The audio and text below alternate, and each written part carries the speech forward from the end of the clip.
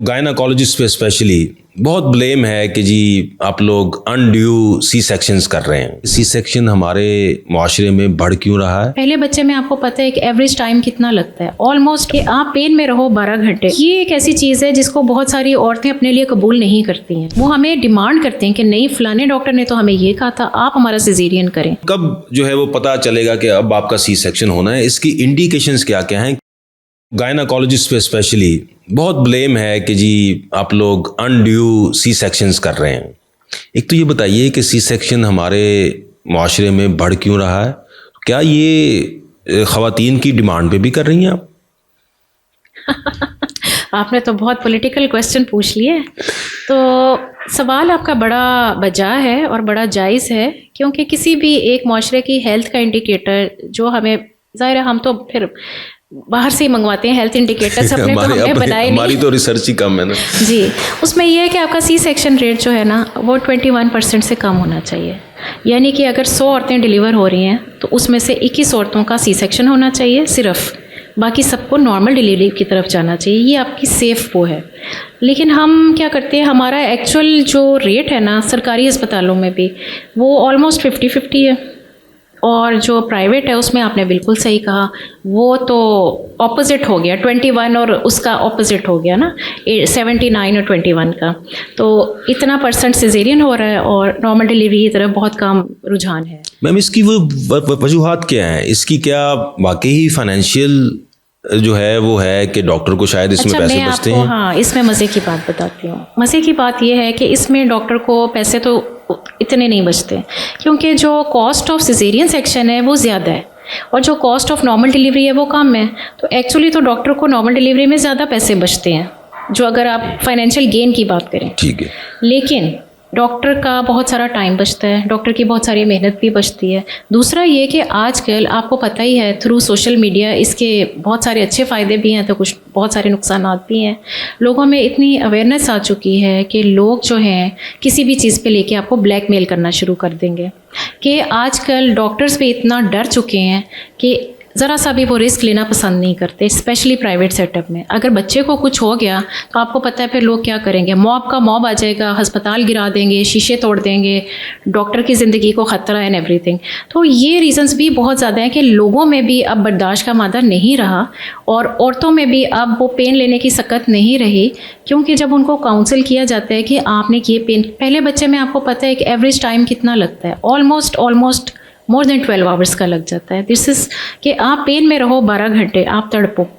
तो ये एक ऐसी चीज़ है जिसको बहुत सारी औरतें अपने लिए कबूल नहीं करती हैं। तो मैम, क्या फिर जो सी सेक्शन है वो ऑन डिमांड ज़्यादा हो रहे हैं कि ख़वातीन जो हैं वो डॉक्टर से डायरेक्ट कहती हैं कि हमने सी सेक्शन करवाना है? शायद उसमें उसके खाबन को भी नहीं पता होता, वो कह देती हैं जी आप कह दें कि सी सेक्शन करवाना है। क्योंकि चलें आप कह लें कि ठीक है जी जो प्राइवेट हॉस्पिटल्स हैं वहाँ पे तो आप सी सेक्शंस कर रहे हैं, वो उसमें शायद कोई डॉक्टर को भी फ़ायदा है या वो भी है, लेकिन जो हमारे गवर्नमेंट सेटअप है, जो सरकारी अस्पताल है, वहाँ तो फ्री है, डिलीवरीज फ्री हैं, सी सेक्शन भी वहाँ पे फ्री होते हैं। तो वहाँ पे डॉक्टर को क्या फ़ायदा है अपना टाइम भी ज़्यादा लगाने का, सी सेक्शन भी ज़्यादा करने का? तो क्या ये इसमें हमारी जो ओवरऑल हेल्थ है ख़वातीन की वो कम हो रही है या ये ऑन डिमांड सी सेक्शन बढ़ रहे हैं? उसका मैं आपको रीज़न बताती हूँ पहले, क्योंकि मैं खुद भी मतलब दोनों सेटअप्स में से ही मेरा ताल्लुक़ है। तो सरकारी सेटअप में ज़्यादातर पेशेंट्स एंड पे हमारे पास वो आते हैं जिन्होंने पूरा अपना प्रेगनेंसी का एंटीनेटल या चेकअप जो है वो प्राइवेट कराया होता है।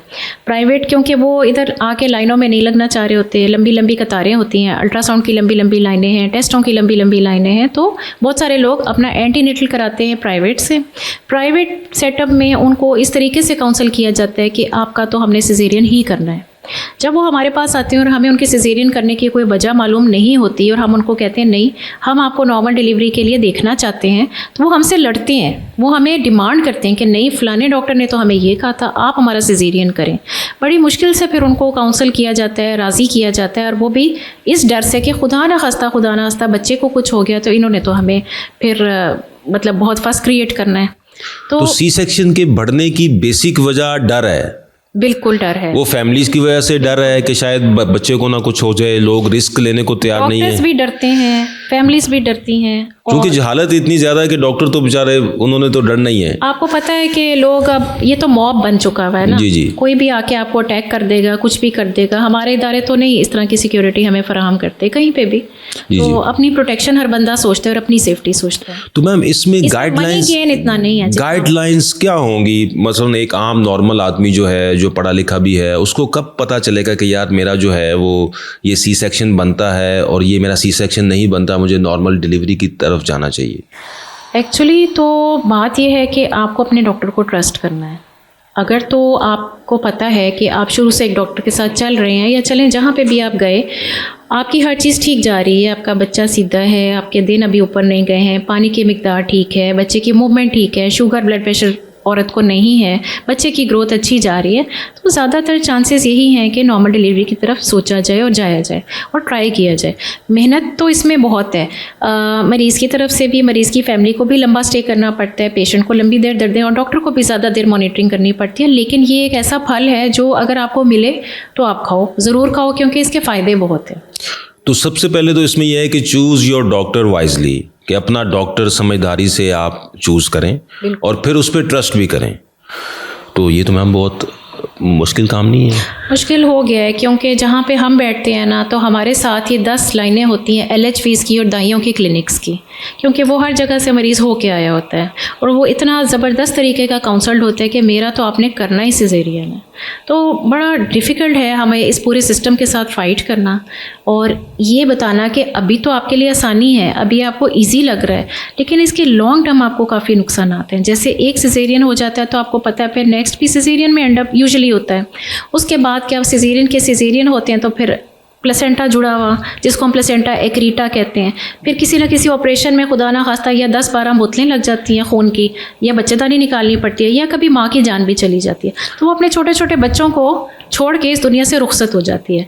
तो ये क्या बहुत बड़ी ट्रेजेडी नहीं है कि अगर माँ नहीं रहेगी तो बच्चे तो रुल जाएंगे।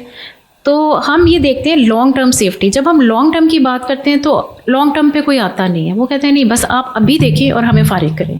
लोगों में भी बर्दाश्त बहुत कम हो गई। तो मैम इसकी सी सेक्शन की इंडिकेशंस क्या हैं? मतलब कब जो है वो पता चलेगा कि अब आपका सी सेक्शन होना है? इसकी इंडिकेशंस क्या क्या हैं? किन किन सिम्टम्स में आपको सी सेक्शन की तरफ जाना चाहिए और कौन सी जो है वो नॉर्मल डिलीवरी से सी सेक्शन में कन्वर्ट कब होना चाहिए?